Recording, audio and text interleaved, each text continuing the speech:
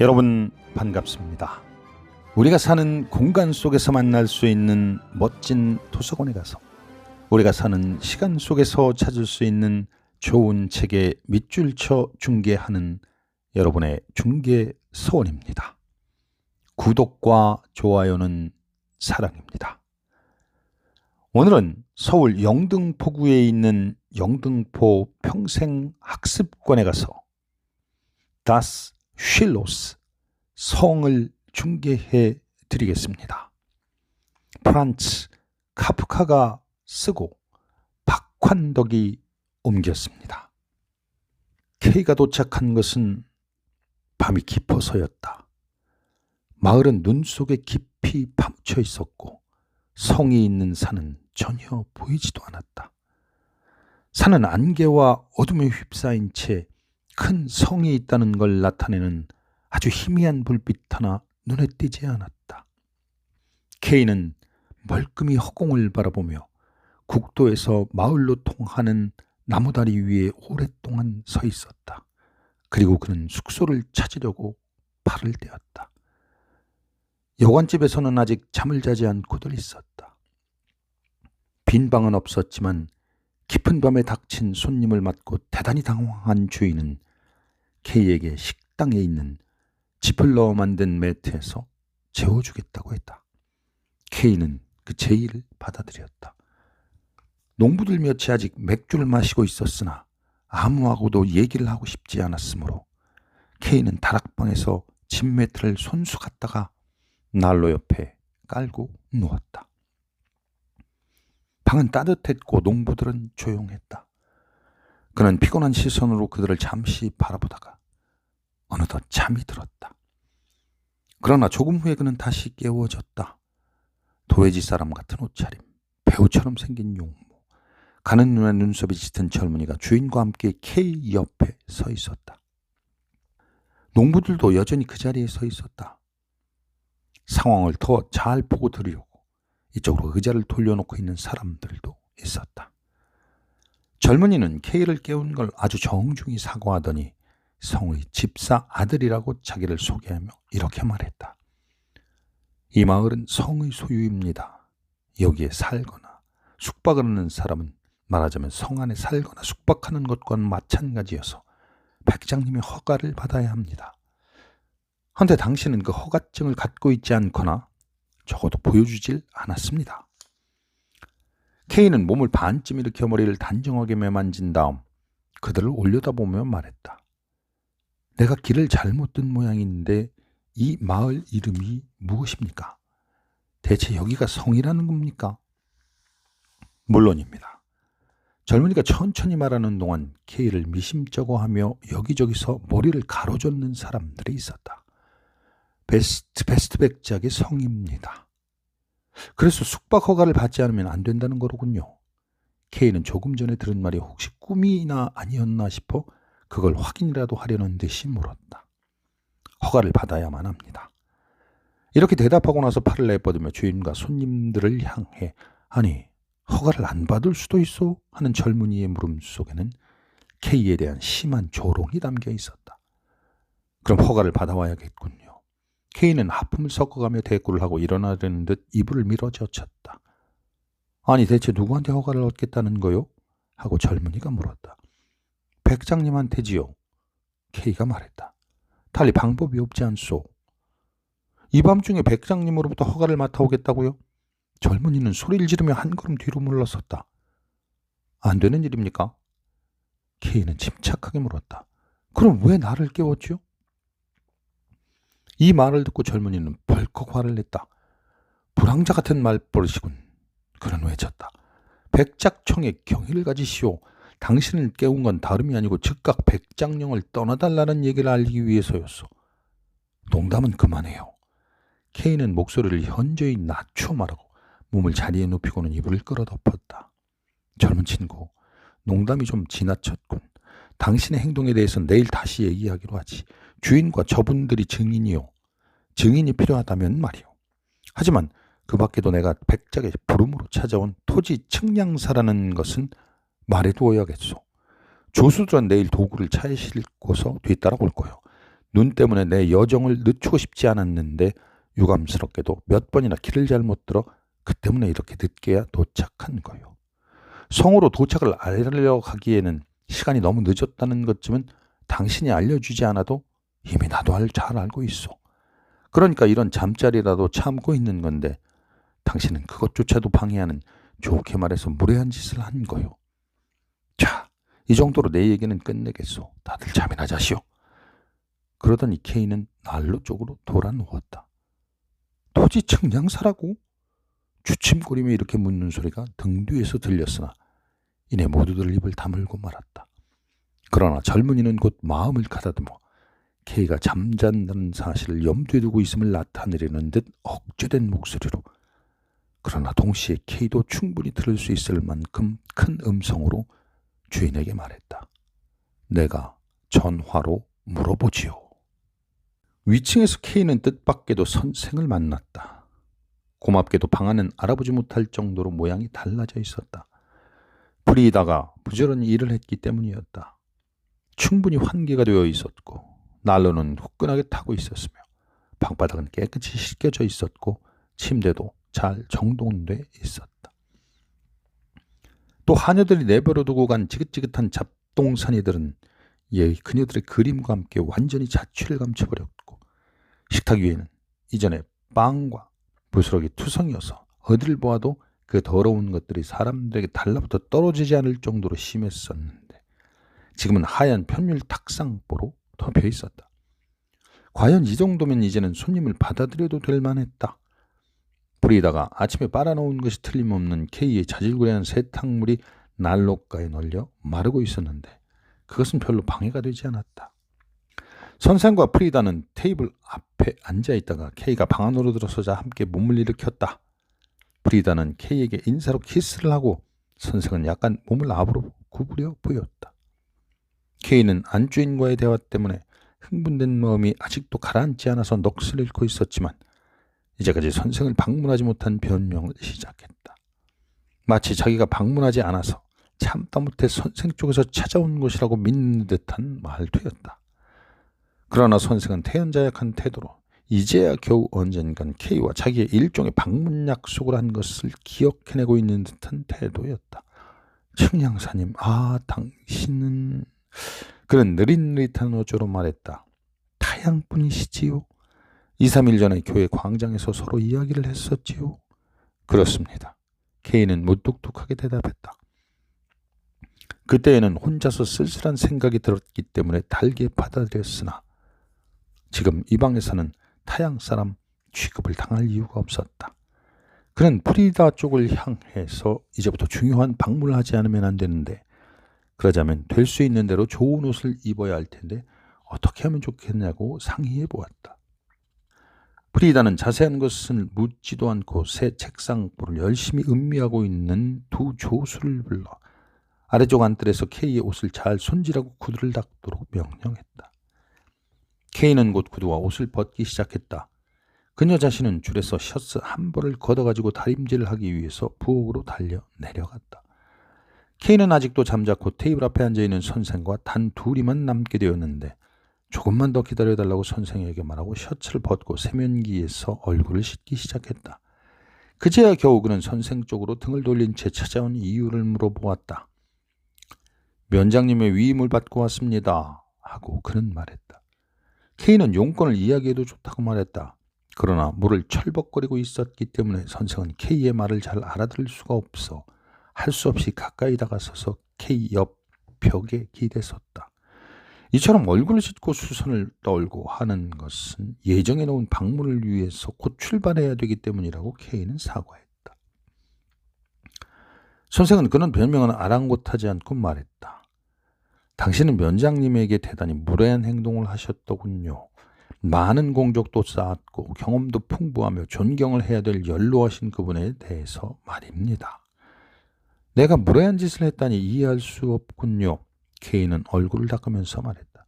점잖은 행동과는 다른 행동을 염두에 두고 있었던 것은 확실합니다. 내게 있어서는 사활에 관한 문제였으니까요. 뻔뻔스러운 관청 횡포 때문에 나의 생존이 위협당하고 있었던 것입니다. 당신 자신도 이 관청의 현직자 중의 한 사람이니까 세세한 것을 하나하나 말씀드릴 필요는 없겠지만 말입니다. 면장님이 내게 대해서 무슨 불평을 하시던가요? 그 양반이 누구를 보고 불평을 말하겠습니까? 하고 선생은 말했다. 설사 그럴 만한 사람이 있다 할지라도 대체 그분이 불평을 하겠습니까? 나는 면장님을 부르시는 대로 당신과 면장님의 대화에 대한 간단한 조서를 작성했을 뿐입니다. 거기에서 면장님의 친절한 태도와 당신이 거기에 대한 답변 태도를 충분히 알았습니다. 프리다가 분명 어디엔가 치워두었을 자식의 빚을 찾으면서 케이는 말했다. 네? 조서라고요? 대화를 나눌 때에는 잊지도 않았던 사람이 나중에 내가 없을 때야 기록을 했다고요? 물론 기록하는 것은 나쁜 일이 아니겠지요. 그런데 그 기록을 조서라고 부르는 것은 대체 어떤 이유에서입니까? 그들의 대화가 도대체 공적인 것이었다는 말입니까? 그런 건 아닙니다. 하고 선생은 말했다. 반공적인 것입니다. 조서에도 반공적인 것에 대해 지나지 않습니다. 조서를 작성하는 것은 우리 둘에 있어서는 모든 일에 엄연한 질서가 존재하지 않으면 안 된다는 이유에서일 뿐입니다. 하여튼 당신의 조서는 제대로 작성되어 있습니다. 더군다나 별로 당신에게 명예스럽지는 못한 조서입니다. 침대 밑으로 떨어졌던 빗을 마침내 찾아냈기 때문에 케이는 조금 전보다 침착하게 말했다.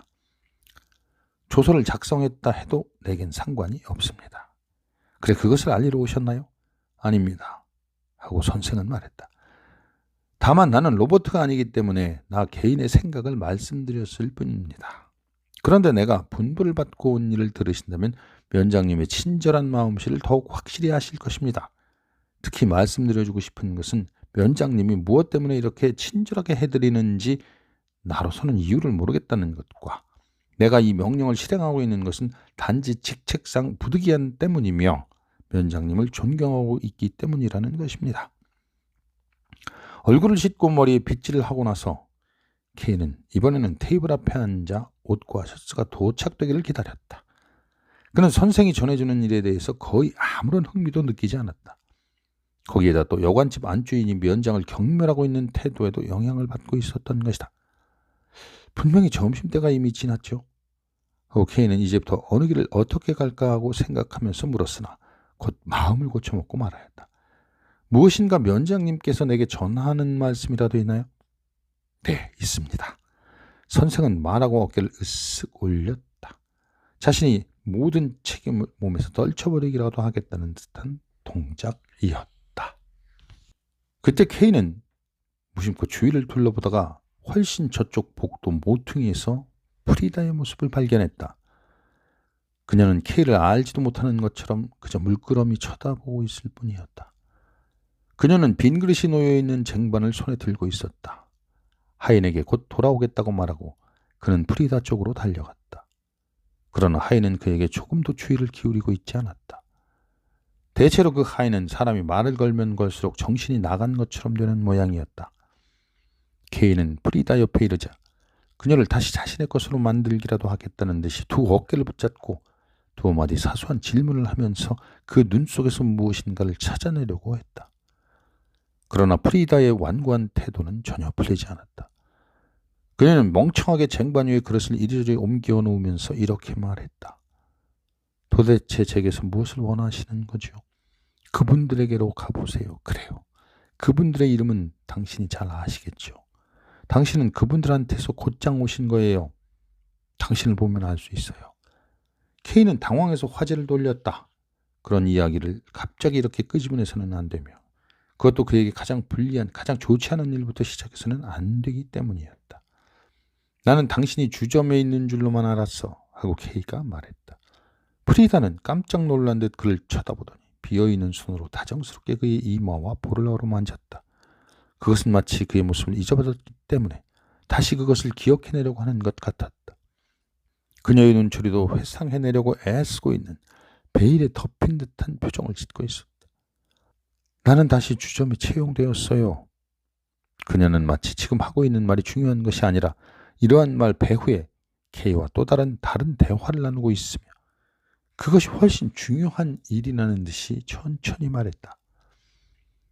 지금 하고 있는 이러한 일은 내게는 적합치 않아요. 다른 어떤 여자라도 이런 일쯤은 할 수 있어요. 이부자리를 캐고 애교 있는 표정을 보일 수도 있고 손님의 시종을 드는 일을 귀찮아하지 않고 오히려 기꺼이 할 수 있는 여자라면 누구라도 객실 담당 하녀가 될 수 있어요. 그러나 주점이라면 약간 사정이 달라요. 그런데 이번에 나는 곧 주점에 채용이 되었어요. 그때 나는 주점과 별로 명예로운 작별을 한 것은 아니었지만 물론 이번에는 나를 후원해주는 후원자가 있어요. 그런데 이곳 주인은 내게 파트론이 있어서 덕으로 나를 다시 채용하기 쉬웠다고 말하고 매우 기뻐하고 있었어요. 뿐만 아니라 모두들 내게 그 자리를 맡으라고 재촉하지 않으면 안 되었어요. 그렇지만 주점이 내게 무엇을 생각하게 하는지 그것은 잘 생각하면 아실 거예요. 그래서 결국 나는 그 자리를 맡았어요. 지금 이곳에서는 단지 임시로 도와주고 있을 뿐이에요. 페피는 자기가 당장 주점을 쫓겨나는 그런 부끄러운 꼴을 당하지 않게 해달라고 내게 부탁했어요. 그래서 우리들은 그녀가 좌우간 열심이었고 만사에 있어서 능력이 허용되는 한은 최선을 다했다는 것을 고려해서 그녀에게 24시간의 여유를 주고 있어요. 모든 일이 잘 꾸며져 있군 하고 케이는 말했다. 그러나 당신은 한때 나 때문에 주점을 버렸던 사람이요. 그런데 지금 우리가 곧 결혼식을 올리게 된 지금에 와서 다시 주점으로 돌아간단 말이오. 결혼식 같은 건 있을 수 없어요 하고 프리다가 말했다. 내가 불성실했기 때문인가? 하고 케이는 물었다. 프리다는 고개를 끄덕였다. 생각해봐요 프리다 하고 케이는 말했다. 소위 이 불성실성에 대해서는 우리는 이미 여러 번 이야기를 했고 언제나 결국은 부당한 오해였다고 당신이 인정하지 않을 수 없지 않았소. 그리고 그 후로 내게는 아무것도 변한 것이 없으며 모든 것이 결백한 그대로요. 지금까지도 그랬고 앞으로도 그럴 것이요. 그러니까 다른 사람들로부터 사주를 받았거나 그 밖의 일로 말미암아 당신 쪽이 변한 것이 틀림없어요. 좌우간 당신은 나를 부당하게 비난하고 있는 거예요. 아무튼 그 두 처녀들이 어떤 사람인지를 생각해봐요. 그들 중 한 사람, 즉 그 살결이 검은 여자는 이렇게 일일이 자기 변호를 하지 않으면 안 되다니 나는 참으로 창피할 정도지만 당신이 그것을 요구하고 있으니 당신에게도 귀찮은 존재지만 내게도 아마 당신 못지않게 귀찮은 존재라고 할 수 있을 거예요. 만일 어떻게 해서라도 그 여자를 멀리할 수 있다면 나는 그렇게 할 것이고 또 사실 그녀의 성질로 보아 그것은 문제가 없는 일이요. 그 여자만큼 수줍은 태도를 취하기란 그 누구도 불가능해요. 그래요 하고 프리다는 소리쳤다. 말이 마치 그녀의 뜻을 거역하는 것처럼 튀어나와 버렸다. 그녀의 기분이 어느새 그렇게 전환되어 있다고 생각하자 걔는 몹시 기뻤다. 프리다는 그녀 자신이 그러려고 생각하는 것과는 전혀 다른 존재가 되어 있었다. 그런 여자를 당신은 수줍은 여자라고 생각하시는군요. 모든 여자들 중에서 가장 뻔뻔스러운 여자를 당신은 수줍은 여자라고 말씀하시는군요. 당신은 전혀 믿을 수 없는 일을 정직하게 받아들이고 위선적인 행동은 하시지 않는다는 것을 나도 잘 알고 있어요. 쭈르브리퀴간 주인 아주머니께서는 당신을 이렇게 말하고 있어요. 나는 그 사람이 싫지만 그 사람을 모른 채 할 수도 없어. 아직 제대로 걷지도 못하는 어린애가 무조건 앞으로 나가려고 하는 것을 보게 되면 아이를 모른 채 하고 내버려 둘 수가 없어서 손을 내밀어 줄 수밖에 없지. 이번에는 주인 아주머니의 의견을 받아들이기로 하지. 하고 케이는 빙그레 웃으면서 말했다. 그런데 그 여자로 말하면 그녀가 얌전한지 파렴치한지에 대해서는 문제 삼지 않는 것이 좋겠어. 나는 더 이상 그녀 이야기 같은 것은 듣고 싶지도 않아. 하지만 왜 당신은 그 여자를 얌전하다고 말씀하시죠? 하고 프리다는 물러서지 않고 물었다. 케이는 프리다가 이런 식으로 말에 끌려 들어온 것을 자신에게 있어서는 다행스러운 징조라고 생각했다. 당신은 시험 삼아 그렇게 말씀해 보시는 건가요? 아니면 그렇게 말씀을 하심으로써 다른 여자들을 멸시하실 생각이신가요?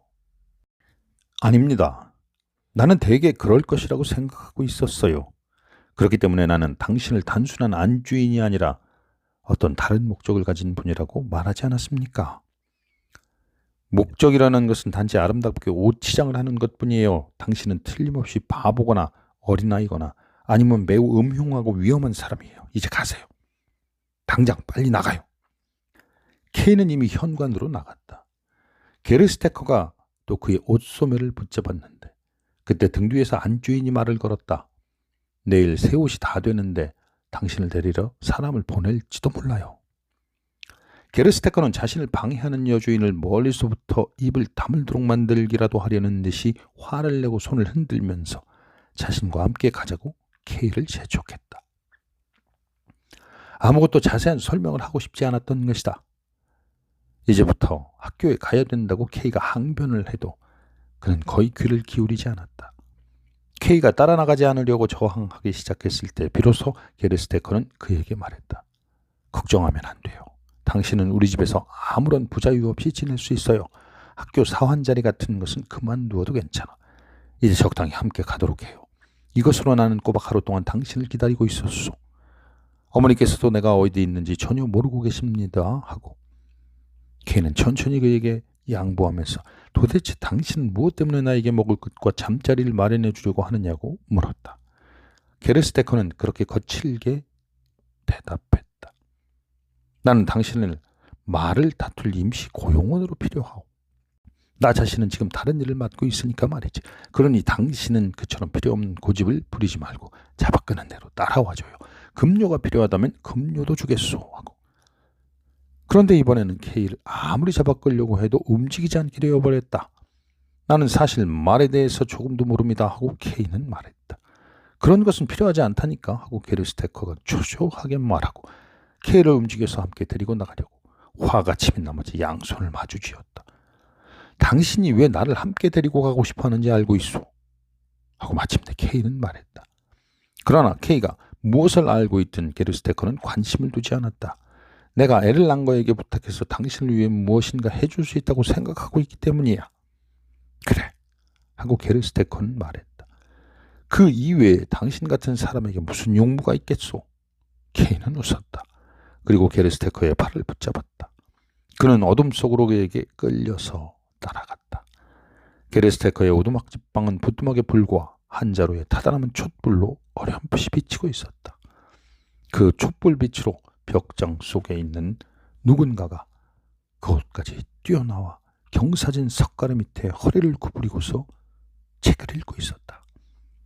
게르스테커의 어머니였다. 그녀는 K에게 떨리는 손을 내밀어 그를 자기 옆에 앉혔다. 간신히 애를 써서 말을 했는데 여간 노력을 하지 않으면 그녀의 말은 알아들을 수가 없었다. Das Schloss, 성에서 K와 함께 걸었던 중개서원의 산책을 여기서 마치겠습니다. 사랑하는 중개서원 구독자 여러분, 감사합니다.